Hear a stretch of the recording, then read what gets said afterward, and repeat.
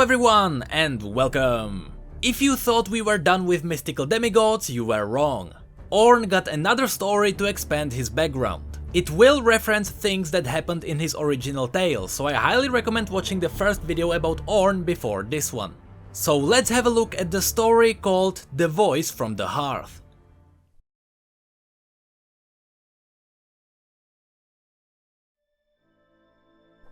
No one knew who lit the fire, but we saw the plume of smoke from far away. The Winter's Claw had driven our tribe north, where the land was so harsh that even our war mother Olgavanna shivered through the first night. Our Elnug Hearth died the second. At least we had food for the third. But even that feast was a memory as we climbed the mountain with no peak. Legless Creek called it the half mountain of Old Ornn. Our shaman had lost his mind, but Olgavanna bade us to carry the fool. He had convinced her that our survival lay at the source of the mysterious smoke. The rest of us believed we were marching to our doom. The slopes of Half Mountain were a tortured landscape of black stone. We found the ruins of a forgotten city shown on no map, now just a maze of charred foundations. Creek, perched atop Borin's shoulders, insisted it was once named Hearth home. Dark clouds to the east flashed lightning and winds carried the stench of wet fur and sweet decay. Our scouts did not return. We all knew what this meant, but none of us wished to utter the word Ursine aloud.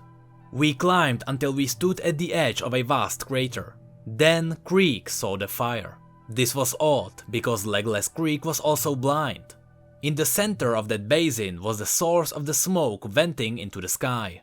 Olgavanna reasoned that at least the steep crater walls offered respite from the howling winds, and so we descended into what would likely be our grave. The smoldering terrain proved difficult to navigate, but any halt would mean to bow our heads and accept slaughter. Then we saw the furnace. The domed structure was the only one that looked handmade. It was crafted like the head of a great ram, with tufts of goat grass in the spaces between the smooth flagstones.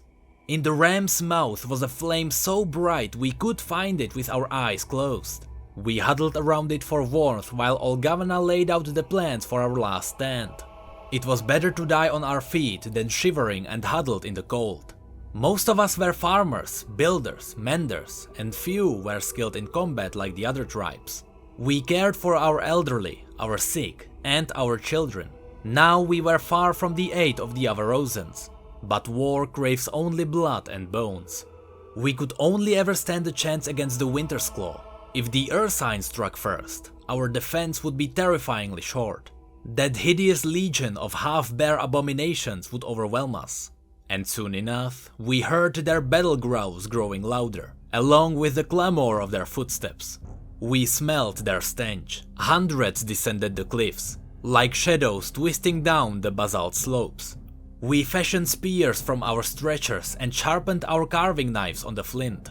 We would minister the rite of the lamp to our elderly and wounded, and the rest of us would dance with the wolf. It would all be over by morning. No one saw who stoked the fire, but it grew so hot that we needed to back away. Then the furnace spoke, its voice like crackling logs. Volibear is near. It said, Seek shelter now. There is no shelter to seek. Olgavanna replied to the fire in the forge. We knew not in whose presence we stood. Enemies are at our heels. The Ursine are flanking us. The Ursine And the forge grew hotter at these words. Will be stopped. The other problems are your own. The goat grass caught fire.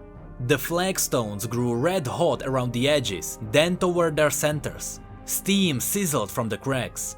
Some shed their clothes to seek reprieve as the temperature rose. Others fainted. The next wave of blistering heat dropped us all to our knees, gasping for air. I never thought I'd see the day, cried Creek, weeping tears of joy. Stone began to drip like candle wax. Masonry flowed down the base of the structure. The domed top of the forge melted inward, pulling the rest of the outer shell into a molten pool.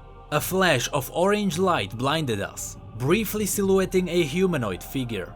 Then, a geyser of flame spouted into the air. Drops of molten rock hardened on the ground at our feet. Where the massive forge had stood, there was now a hulking beast, its form blurred by waves of heat. There it was, the forgotten legend Krieg always told us about. Old Ornn, as tall as 3 frost pines. The ancient Forgemaster cooled rapidly into fur and form, lava dribbling down his chin and hardening into braided beard. His eyes were glaring embers. In one hand he carried a hammer, in the other he hefted an anvil with equal ease. We gathered behind our war mother. Olgavana grappled Felsweg, her true ice axe, and approached Ornn. "If the Ursine are your foes, we will fight by your side," she said. Then, in a gesture unbecoming of an iceborn war mother, she bent the knee and laid her weapon at Ornn's feet. Felsweg's true ice melted, revealing an ordinary bronze and iron axe beneath. I had never seen true ice melt. No one had ever seen true ice melt. We felt it wise to join Olgavana in her kneeling. Ornn grunted. Stand up. Kneeling is death. He looked to the gathering thunderstorm swirling overhead. I will deal with the Ursine. Do not follow me. He lumbered toward the advancing horde, who charged forward with vicious speed. We could see his fire reflecting in their large eyes. Borin hoisted the old shaman higher onto his shoulders. Old Ornn swinging his hammer. He pounds volleys from mountains. The legless fool half sung. We watched in stunned silence as the creature stood alone against the Ursine. With a roar, he brought his hammer down onto the ground, and a fissure cracked over the advancing army, stopping just short of their vanguard. Spouts of lava and sulfur jetted into the sky. Hardened fire rained down on the half-bare warriors. Whatever old Ornn was, he fought with the hot blood of the earth. Behind the Ursine, giant chunks of slag broke through the ground, cutting off their retreat. Ornn charged and smashed them with more swings of his hammer. Still, they attacked with the viciousness of 10 berserkers each. But we knew when Ornn reached their rearguard, for there was a deafening explosion. The slag wall shattered and Ursine flew through the air in contorted arcs of burning flesh and fur. The sky darkened with ash. Columns of smoke rose to clash with the menacing thunderclouds, and bolts of lightning laced through the haze. The world grew eerily still as the 1,000-pierced bear itself took to the battlefield. We could see its telltale shape. Spears, swords, tusks, all were stuck in its hide. Lightning followed its wake, and it laughed. The answering blare of the horn shook our insides. Lava bled from the black cliffs. Rivers of fire flowed down the slopes, rushing toward the valley basin and formed a surging wave. Bolts of lightning stabbed back at the cliffs to cauterize the wounds in the rock, and a thick caustic fog blackened the entire caldera. We saw only blue-white bolts and hellish crimson explosions flattered by the thick vapor. The heat from below the ground scorched the soles of our boots. Then we saw the surging wave of flame form into a great stampeding ram.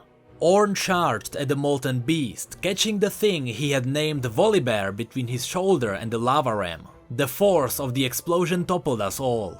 The legless shaman was thrown 100 paces from Boren's shoulders, laughing the whole time. We waited all night for the great cataclysm to overtake us, but it never came. We only heard the roars of the 1,000-pierced bear and the gruff bellowing of the forge ram. When the pole lifted in the late morning, we saw that the slopes around us were covered in chunks of hissing scree, and unnatural columns of crusted basalt rose at odd angles from the ground. As we realized what stood before us, we recoiled in horror and awe. The Ursine were frozen in stone, their faces petrified masks of agony. We did not see any sign of Ornn, nor Volibear. We had no time to look either. The hunting horns of the Winter's Claw announced their approach. We picked up our weapons and dug in our heels. What remained of our clothes were scorched tatters of cloth, but our skin no longer prickled with cold. Olgavana's hair had been singed away, her muscular back branded with heat. Her once true ice axe was bronze and iron, as naked as we were. She had never looked stronger. Our blood boiled, our stomachs growled. We were raw and blistered, bare and exposed. We smeared our chest with ash in the shape of a hammer, and ram horns upon our faces. We sang and chanted in the memory of last night, with the words of mad old Greek. We knew who lit the fire. The Winter's Claw would know too. And that was the story called The Voice from the Hearth. Just to clarify some of the things mentioned in this story. All of this happened after Ornn's first major battle with Volibear, where Hearth home was destroyed. And the city in ruins mentioned at the beginning of this story was indeed the home to the Hearthblood. This story also revealed another reason why Lysandra may stand against Ornn. Ornn is the only one who can melt through ice, which means he is the only one who can stand against her magic. But that's it for this video. If you enjoyed it, feel free to give it a like and subscribe for more lore. You can also follow us on Twitter, Facebook and Discord if you'd like to chat. Special thanks to our Patreons for going the extra mile. You could have bought yourself some IKEA meatballs, but instead you gave it away. That's unheard of. And to the rest of you, thank you all so much for being here and for your support. You know I really appreciate it. And as always, thank you come again.